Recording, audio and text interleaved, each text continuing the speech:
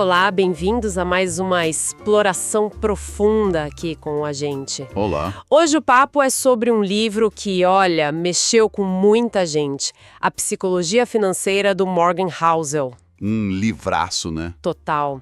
E assim, esquece planilha, esquece fórmula mágica para ficar rico amanhã, não é nada disso. Bem diferente. É muito mais instigante, eu diria. A gente vai investigar como nós, seres humanos cheios de manias, emoções, lidamos com dinheiro. Exato. A nossa cabeça funcionando ou não funcionando com a grana. Isso, e como o nosso comportamento, sabe, nossas histórias de vida acabam pesando muito mais pro sucesso financeiro do que, sei lá, ser um gênio da matemática. É o fator humano puro, né? Exatamente. Então a nossa missão aqui hoje é o quê? É catar as ideias mais brilhantes, as histórias mais malucas, que são várias, Tem umas ótimas. e as lições práticas desse livro. Fazer aquele resumo esperto, sabe?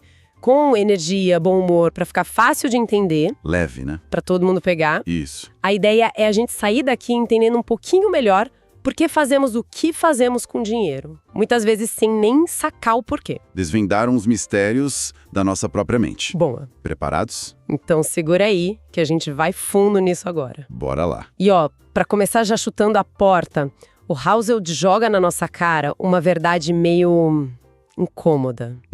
Qual seria? Que sucesso com dinheiro tem muito menos a ver com seu QI, sua inteligência, e muito mais com seu comportamento. Como você age. Ah, sim. Isso é o ponto central, talvez, né? Totalmente. E ele traz uns contrastes que dão um nó na cabeça. Pensa só, um executivo de tecnologia super brilhante, o cara ajudou a inventar o Wi-Fi, essas coisas, Nossa. mas que era tão, sei lá, estranho com dinheiro que jogava moeda de ouro no mar. Por diversão. Não acredito. Jogava dinheiro fora, literalmente. Aí do outro lado você tem o Ronald Read, um faxineiro, frentista, super simples, quieto, Aquele que ninguém dava nada, né? ninguém. E o cara na dele juntou 8 milhões de dólares, 8 milhões. Como? investindo com uma paciência absurda por décadas só na disciplina. Caramba, que história. E ainda tem o Richard Fusconi, executivo, diploma de Harvard, respeitadíssimo, O oposto do faxineiro, imagino. totalmente. E o que aconteceu?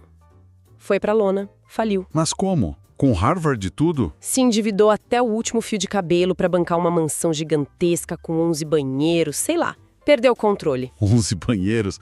Pra quê, né? Pois é.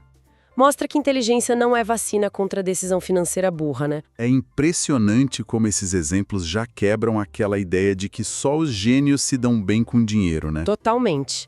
E isso amarra perfeito com o primeiro capítulo-chave do livro, que ele chama Ninguém é Maluco. Ah, adoro esse capítulo. É genial, porque aquela decisão financeira que pra mim parece uma loucura completa, Tipo, jogar moeda no mar? exato, ou se endividar por 11 banheiros, para a pessoa que tomou a decisão pode fazer todo o sentido do mundo. Mas por quê? Qual a lógica disso? A lógica está na experiência pessoal de cada um. Se a gente cresceu com dificuldade ou com conforto, se viveu inflação alta comendo dinheiro ou época de estabilidade. A década em que a gente nasceu também, né? Exatamente. Onde a gente nasceu, quando nasceu, isso tudo molda, segundo ele, uns 80% da nossa visão sobre como o mundo financeiro funciona. 80% é muita coisa. Muita coisa. E detalhe, a nossa experiência é só uma foto minúscula do filme inteiro que rola no mundo. É um recorte muito pequeno. Faz sentido. A gente acha que a nossa realidade é a realidade. Exato. Ele até cita o John F. Kennedy, de família riquíssima, Ah, sim. que admitiu que a única experiência dele com a Grande Depressão foi ver o pai contratando mais jardineiro para ajudar o pessoal. Nossa. Completamente diferente de quem perdeu o emprego, passou fome. Não dá nem para comparar, né? Ou imagina, sei lá, quem nasceu nos anos 70 e viu a bolsa bombar, multiplicar por 10 na juventude. Essa pessoa vai achar que investir é moleza, talvez.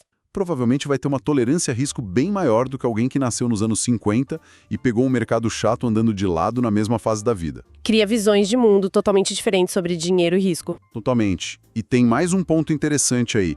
Muitas coisas que hoje a gente acha super normais em finanças, Tipo o quê? Pensar em se aposentar e guardar dinheiro para isso, ter cartão de crédito, crédito fácil no geral, até investir em fundos de índice, sabe? Aqueles pacotões de ações. Sim, que seguem o mercado. Isso. São coisas surpreendentemente recentes na história. Décadas, algumas nem isso. É verdade. A gente não para pensar nisso. Pois é. Então, no fundo, a gente está todo mundo meio que engatinhando nesse jogo complexo das finanças modernas. Por isso a gente erra tanto. Então não é que a gente é maluco? Não. Na maioria das vezes, a gente é só inexperiente, aprendendo na marra. Faz muito sentido essa perspectiva. Tira um peso, né? E falando nessas experiências diferentes, nessa complexidade toda, Housel traz uma dupla que é, assim, fundamental para entender tudo isso. Sorte e risco. Ah, essa dupla é chave. Andam de mãos dadas. Sempre juntas. São quase dois lados da mesma moeda, né? Influenciando nossa vida financeira de um jeito que a gente, às vezes, prefere nem pensar muito. É desconfortável admitir o papel delas. Muito. E a história do Bill Gates que ele conta é um exemplo clássico disso. O Gates teve uma sorte, assim, absurda. Coisa de 1 em 1 milhão mesmo. Qual foi a sorte dele? Ele estudou numa das pouquíssimas escolas no mundo que tinham acesso a um computador nos anos 60. Uma máquina enorme, caríssima na época. Carambas, 1 em 1 milhão? Literalmente? Exato. Sem aquela sorte inicial, talvez a Microsoft nem existisse como a gente conhece hoje. Seria outra história. Faz pensar, né? Quanto do sucesso dele foi só estar no lugar certo na hora certa. Pois é, só que aí vem o outro lado da moeda, o risco. Na mesma época, o melhor amigo dele, o Kent Evans, que era tão inteligente quanto Gates, sonhavam juntos em dominar o mundo da tecnologia. Esse amigo teve um azar igualmente extremo. O que aconteceu? Também na casa de 1 em 1 milhão, estatisticamente. Morreu num acidente besta de montanhismo antes mesmo de ir para a faculdade. Nossa, que trágico. Não é? É a sorte e o risco agindo com a mesma força absurda. Mas um pra cima, outro pra baixo. Arrepia pensar nisso. Arrepia mesmo. Mostra como as coisas são frágeis. E essa linha que separa, sei lá, a sorte da habilidade ou a ousadia da pura imprudência, ela é quase invisível às vezes, né? Difícil de julgar. Muito difícil. A gente só vê depois que aconteceu. O livro até cita uns caras tipo Vanderbilt, Rockefeller, aqueles magnatas americanos. Ah, os barões ladrões, como alguns chamavam. Exato. Construíram impérios gigantescos, mas muitas vezes agindo ali, no limite da lei ou até passando por cima dela. Hoje são vistos como visionários pioneiros. Pois é. Mas e se tivessem sido pegos na época? E se alguma aposta mais arriscada tivesse dado errado? A história seria outra, né? Seriam vistos como criminosos, talvez. Fracassados. É a diferença entre ousado e imprudente, que muitas vezes só o resultado final define. Só dá pra julgar olhando pelo retrovisor.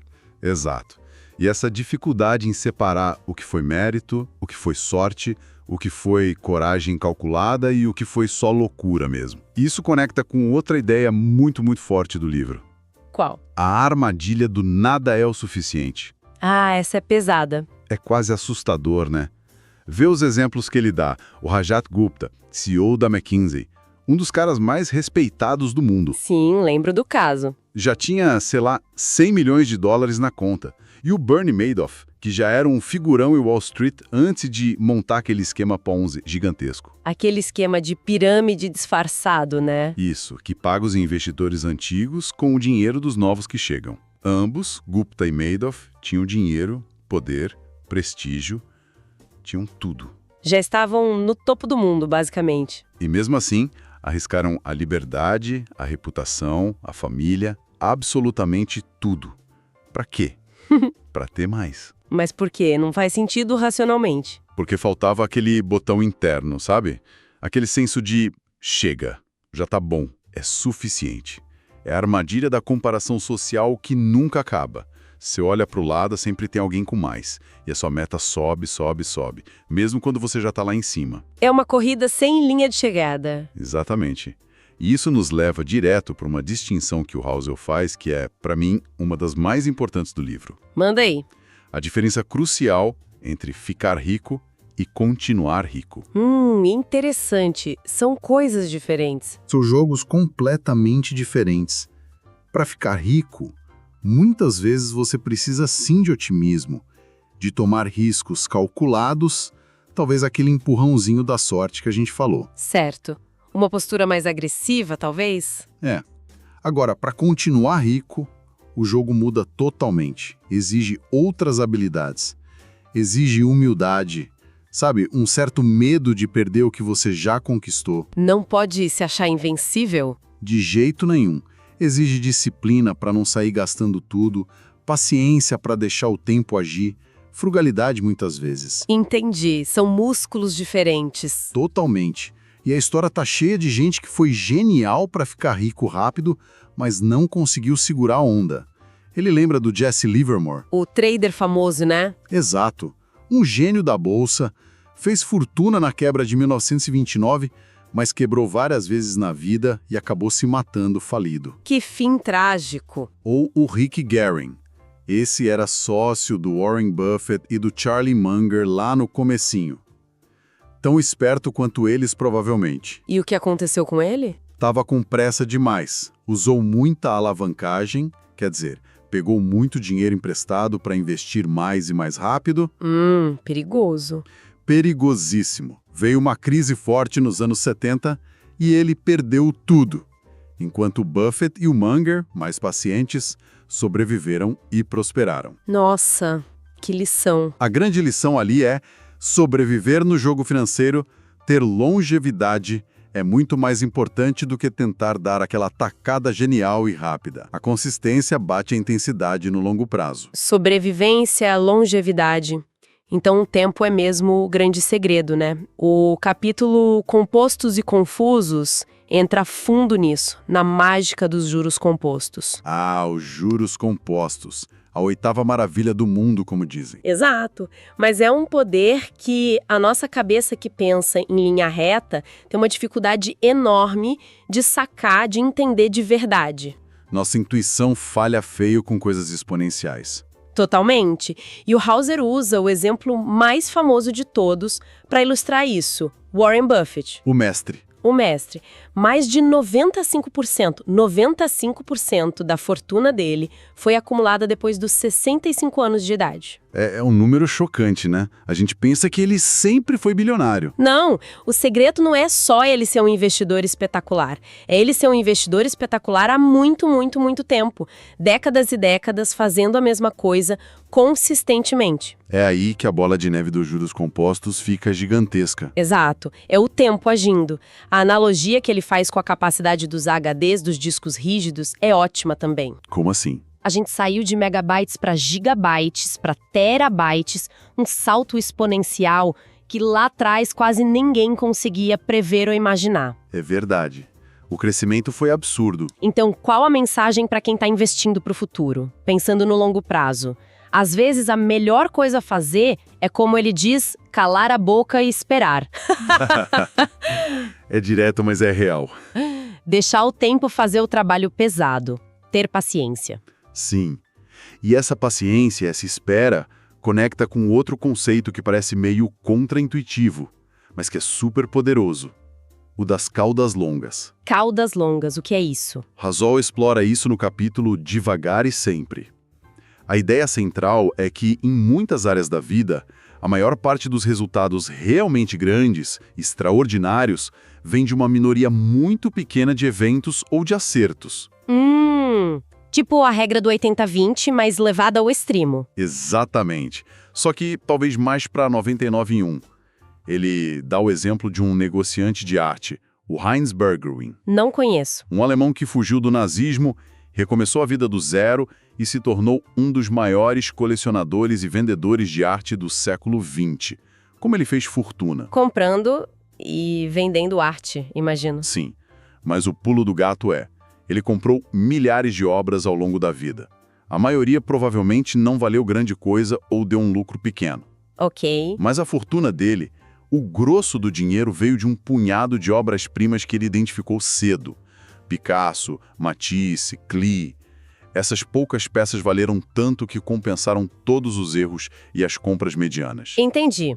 Ele podia errar na maioria das vezes e ainda assim ter um sucesso absurdo por causa desses poucos acertos gigantescos. Exatamente. Essa é a lógica da cauda longa. E isso se aplica em tudo no mundo financeiro, não é mesmo? Onde mais a gente vê isso? Pensa em capital de risco, investimento em startup. A maioria das empresas que recebem investimento quebra ou não dá em nada. É verdade. Mas aí vem uma ou duas que viram um Google, um Facebook.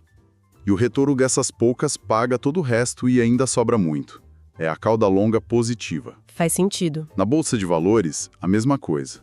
O livro cita um estudo mostrando que quase todo o retorno de longo prazo de um índice importante americano, o Russell 3000, veio de só 7% das empresas, as superestrelas. Nossa, só 7% carregando o piano todo. Basicamente.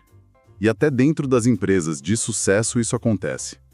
A Disney, lá no começo, dependeu desesperadamente do sucesso de Branca de Neve para sobreviver. Não sabia disso. A Amazon, hoje, grande parte do lucro vem do Prime e da AWS, a partir de nuvem.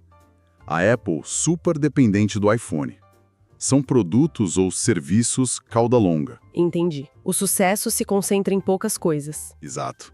E para nós, como investidores individuais, o que isso significa? Que o nosso sucesso de longo prazo muitas vezes não depende do que a gente faz todo santo dia, mas sim de como a gente reage, ou melhor, não reage, naqueles poucos dias de pânico total no mercado. Aqueles dias que dá vontade de vender tudo e sair correndo. Esses mesmos. O segredo é conseguir sobreviver aos tempos ruins, às quedas inevitáveis, para estar lá posicionado e colher os benefícios dessas raras, mas muito impactantes, caudas longas positivas quando elas aparecerem. É aguentar firme. Ok. Sobreviver, esperar, aguentar firme, acumular. Mas tudo isso para quê? Qual é o objetivo final dessa jornada toda com dinheiro? Boa pergunta. O capítulo Liberdade dá uma resposta que, para mim, bateu fundo. Ele argumenta que o maior dividendo, o maior retorno que o dinheiro pode te dar, não é comprar coisa cara. Não é o iate, então. Haha, talvez para alguns seja. Mas ele diz que o maior prêmio é ter controle sobre o seu próprio tempo. Ah, isso é poderoso. Muito. Poder fazer o que você quer, quando você quer, com quem você quer, pelo tempo que você quiser. Essa autonomia... Controle sobre a própria vida. Exato. Ele até cita um psicólogo, Angus Campbell, que pesquisou felicidade por décadas. E a descoberta dele foi que ter a sensação de controle sobre a própria vida é um indicador de felicidade muito mais forte e universal do que o quanto você ganha ou o status que você tem. Interessante. Mais importante que a renda em si. Bem mais, segundo a pesquisa. E o próprio Housel conta uma experiência pessoal dele que ilustra isso. Qual foi? Ele fez um estágio num banco de investimento super chique, em Los Angeles. O trabalho era até interessante, o dinheiro era bom. O sonho de muita gente, né? É, sim. Mas ele não tinha nenhum controle sobre o próprio tempo. Zero. Tinha que estar lá o tempo todo, à disposição. E isso deixou tão infeliz, tão miserável, que ele largou tudo em um mês. Caramba, mesmo com dinheiro e o status? Mesmo assim. Porque a falta de autonomia sobre o tempo dele era sufocante. Para ele, ter essa liberdade, esse controle, não tinha preço. É uma perspectiva diferente sobre o valor do dinheiro, né? Não só poder de compra, mas poder sobre o próprio tempo. Exatamente. E essa autonomia, esse controle, está super ligado a outra ideia-chave do livro. Qual seria? Aquela do fortuna é aquilo que você não vê. Ah, sim. A diferença entre riqueza e fortuna. Isso. Housel faz uma distinção muito útil aí. Riqueza é o que a gente mostra, o que é visível, o carrão na garagem, a casa enorme, as roupas de marca, as viagens no Instagram. O palco, né? O que impressiona os outros. Exatamente. E muitas vezes essa riqueza toda que a gente vê foi comprada com dívida, com financiamento. Aparência. É. Já a fortuna, essa é diferente. É a renda que não foi gasta. São os investimentos que estão lá quietinhos trabalhando para você. O dinheiro no banco, as ações, os fundos. Isso. É o dinheiro que te dá opções, flexibilidade, a tranquilidade para, sei lá, pedir demissão de um emprego que você odeia, para enfrentar uma doença sem desespero financeiro, para esperar a oportunidade certa aparecer sem pressa. É a segurança dos bastidores. Perfeito. Lembra do faxineiro, o Ronald Reed? Ninguém via a fortuna dele de 8 milhões de dólares. Ela só foi descoberta depois que ele morreu. Era totalmente invisível. Por isso é tão difícil a gente se inspirar ou ter modelos de fortuna. A gente vê e admira a riqueza, porque ela é grita. A fortuna é silenciosa, é discreta. Faz sentido, a gente se compara com o que vê. E o que vê é a riqueza, não a fortuna. Exatamente. E é por isso que a lição do capítulo Guarde Dinheiro acaba sendo tão central e talvez a mais prática, mais acionável do livro todo. Poupar, simplesmente poupar. Simples assim, porque poupar é a variável da equação financeira que a gente mais consegue controlar, concorda? Com certeza. O retorno do mercado a gente não controla, a economia a gente não controla. A sorte, então, nem se fala. Vem e vai. Mas o quanto a gente decide guardar do dinheiro que entra, isso depende muito das nossas escolhas. É o nosso poder de ação direto. E o Housel ainda diz mais, nem precisa ter um objetivo super específico para guardar dinheiro. Não precisa ser poupar para comprar X ou Y. Poupar por poupar. Exato. O capítulo Margem para Imprevistos defende justamente isso. Poupar pelo inesperado, criar uma folga, um colchão de segurança financeiro. Uma reserva de emergência. E além? E isso, a analogia que ele usa é ótima. Dos tanques alemães na Segunda Guerra, lá em Stalingrado, O que aconteceu? uma divisão inteira de tanques supermodernos foi parada, ficou inutilizada. Sabe por quê? Pelo inverno russo? Pelo exército inimigo? Não, por ratos. Ratos que roeram a fiação elétrica dentro dos tanques. Mentira! Que coisa absurda! Totalmente fora do radar, né? Ninguém planeja para ataque de ratos roedores de fios. E é para esse tipo de coisa imprevisível que serve a margem de segurança. Entendi. Para quando o imponderável acontece. Exato. Ter essa reserva evita que um imprevisto qualquer te obrigue a tomar uma decisão desesperada. Tipo, ter que vender suas ações no fundo do poço na pior hora possível porque você precisou do dinheiro para uma emergência. É o que te permite sobreviver ao solavanco sem destruir seu plano de longo prazo. Faz todo sentido. Total. Mas o livro não para de lembrar a gente. Somos criaturas emocionais, não somos planilhas ambulantes. Felizmente ou infelizmente, né? Pois é. E por isso, a ideia do capítulo razoável racional é tão libertador, eu acho. Razoável é melhor que racional. Como assim? Pensa numa estratégia de investimento. Ela pode ser a mais eficiente do mundo na teoria, a racionalmente perfeita nos cálculos. Certo. Otimizada ao máximo. Mas se essa estratégia te deixa sem dormir à noite, se te faz entrar em pânico na primeira queda do mercado e jogar tudo pro alto, ela não serve para você. Mesmo sendo a melhor no papel. Mesmo assim, ser razoável nesse contexto é achar um caminho financeiro que funcione para sua cabeça, para o seu estômago, para a sua psicologia. Um plano que você consiga seguir de verdade, né? Exato.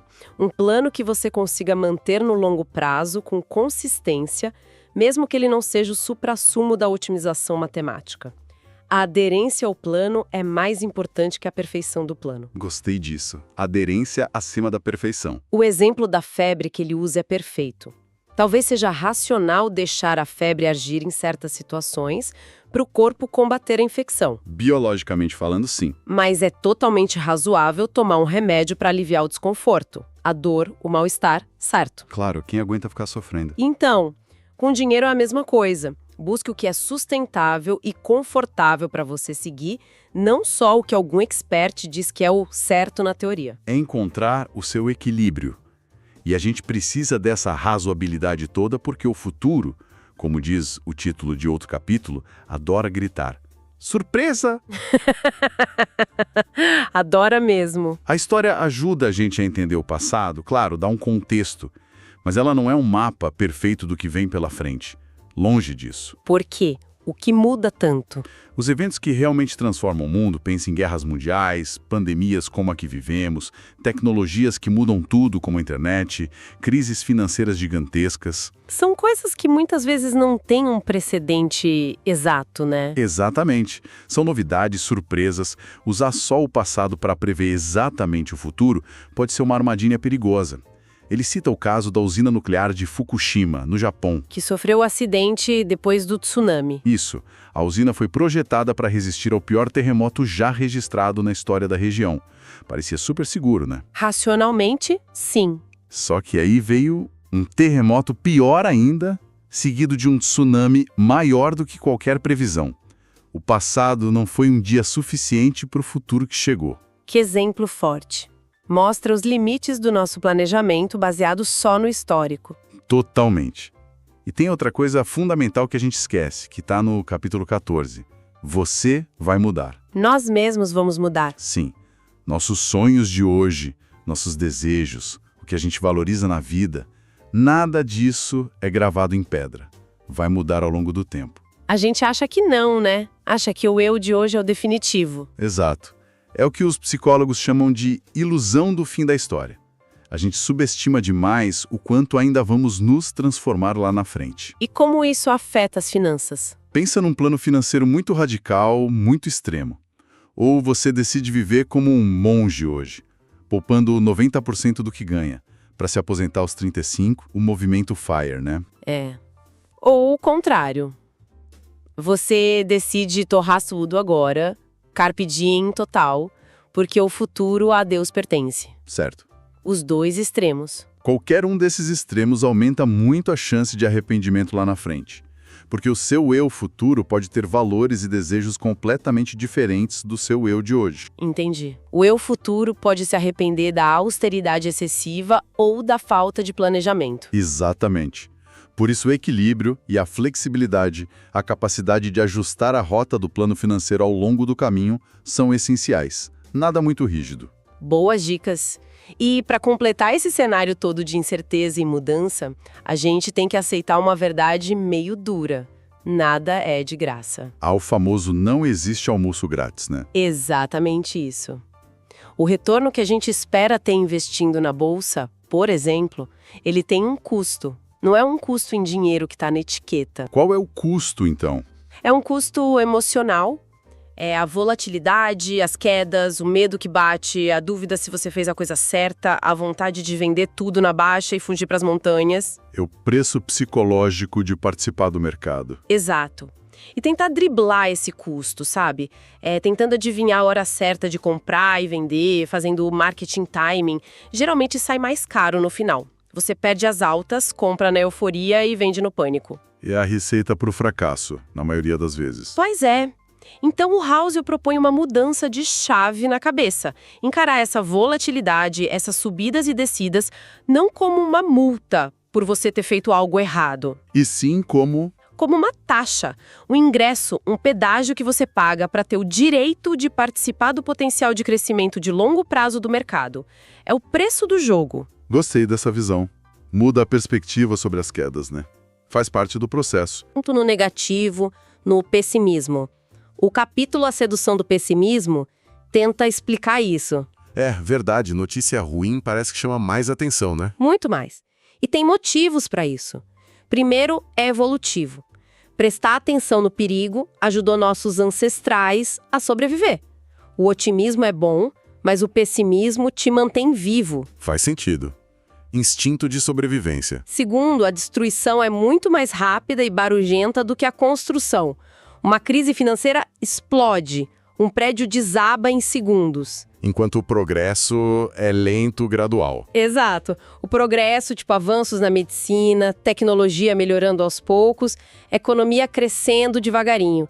Isso é quase invisível no dia a dia. Não vira manchete. É mais fácil contar uma história de desastre do que uma história de progresso silencioso. Perfeito. As narrativas pessimistas são mais fáceis, mais chamativas.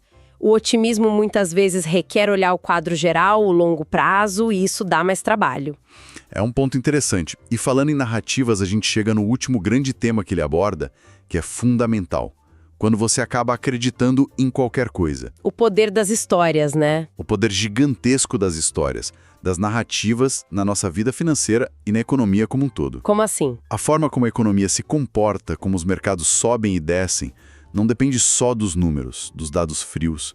Depende muito das histórias que a gente conta para nós mesmos sobre esses números. A nossa interpretação dos fatos. Exatamente. EG argumenta, por exemplo, que a capacidade produtiva da economia americana em 2009, lá no fundo da crise financeira, era quase a mesma de 2007, antes da crise estourar. As fábricas estavam lá, as pessoas estavam lá. O potencial era o mesmo, basicamente. Sim. O que mudou radicalmente foi a história coletiva, o sentimento, medo, pânico, desconfiança, incerteza total sobre o futuro. E essa história teve um efeito real na economia. Um efeito devastador, porque as pessoas pararam de gastar, as empresas pararam de investir, os bancos pararam de emprestar. Tudo por causa da narrativa negativa que tomou conta. Caramba, a história moldou a realidade. Totalmente. Nós, humanos, temos uma necessidade profunda de que o mundo faça sentido. A gente não lida bem com incerteza, com o caos. Queremos explicações, padrões. Exato. E quando tem um buraco no nosso entendimento, quando o futuro parece nebuloso, o que a gente faz? A gente preenche essa lacuna com a história que parecer mais lógica, mais convincente para nós naquele momento. Mesmo que a história não seja totalmente verdade ou até seja errada. Mesmo assim, ele dá exemplos desde um pai desesperado no Iêmen, acreditando numa cura milagrosa e perigosa para o filho, porque era a única história de esperança que ele tinha, Nossa. até investidores super experientes e inteligentes caindo no conto do vigário do Madoff. Por quê? Porque a narrativa dele era boa demais, fazia sentido, oferecia segurança e retornos consistentes num mundo incerto. Era uma história irresistível. A gente quer controle, quer previsibilidade. E as histórias dão essa ilusão de controle. Perfeito. É uma ilusão poderosa. Sacar essa nossa tendência humana de buscar e acreditar em narrativas, mesmo quando elas são falhas, é crucial para a gente conseguir tomar decisões financeiras com um pouco mais de consciência e um pouco menos de emoção pura. Uau! Que viagem profunda por esse livro, hein? Realmente, olhando para trás agora, acho que o grande recado de A Psicologia Financeira é esse. Lidar bem com o dinheiro é, no fundo, uma jornada de autoconhecimento. É sobre entender a gente mesmo, né? Exato. É entender nossas emoções, nossos medos, como nossa história pessoal nos molda, nossa mania de ver padrão onde não tem, de se apegar a histórias que confirmam o que a gente já acredita. Tudo isso influencia nossas decisões com dinheiro muito mais do que a gente imagina. Mais do que o gráfico da bolsa ou a taxa de juros. Muito mais. E os pilares para construir uma saúde financeira melhor, segundo o Housel, passam por coisas mais comportamentais do que técnicas. Tipo o quê, pra gente resumir? Aceitar o papel inevitável da sorte e do risco, cultivar aquele senso de suficiente, saber quando parar de correr atrás demais, valorizar o controle sobre o tempo mais do que o luxo visível, pensar de verdade no longo prazo. Manter sempre aquela margem de segurança para os imprevistos. Fundamental. E talvez o mais importante, focar no que está realmente ao nosso alcance, nosso próprio comportamento e o quanto a gente consegue poupar de forma consistente. Perfeito. E sabe, acho que a lição que mais fica para mim, a mais libertadora, talvez, é essa ideia de buscar ser razoável em vez de ficar obcecado em ser perfeitamente racional. Sim, aceitar nossa humanidade no processo. Exato. Aceitar que a gente tem nossas esquisitices, nossos medos, nossas vontades que mudam e construir um caminho financeiro que traga paz de espírito pra gente, que seja sustentável pra nossa cabeça, mesmo que não seja o ótimo da planilha. Encontrar o que funciona para você de verdade. Isso. E pensando em tudo isso que a gente conversou, me veio uma última reflexão aqui. Uma pulga atrás da orelha pra gente levar pra casa. Manda aí. Se a gente sabe que nossos objetivos vão mudar ao longo da vida, como o livro diz, e se a gente sabe que o mundo lá fora é imprevisível, cheio de surpresas e caudas longas. Sim. Duas certezas da incerteza, né? Exato. Será que a habilidade financeira mais valiosa, no fim das contas, não é só acumular um monte de dinheiro? Será que não é, na verdade, desenvolver a nossa capacidade de adaptação? Adaptabilidade, como assim? Aquela flexibilidade mental e financeira para conseguir navegar pelas mudanças, sabe? para dançar conforme a música, seja lá qual for a música que o futuro resolver tocar. Conseguir ajustar os planos, lidar com o inesperado sem quebrar emocionalmente ou financeiramente. Cultivar a resiliência e a capacidade de mudar de rota. Faz muito sentido. Talvez essa seja a verdadeira fortuna invisível. Fica aí a provocação para a gente pensar, né? Bom, muito obrigada pela companhia nessa nossa conversa profunda de hoje. Foi ótimo. Eu que agradeço. Papo excelente. E a gente se encontra na próxima. Até lá. Até a próxima.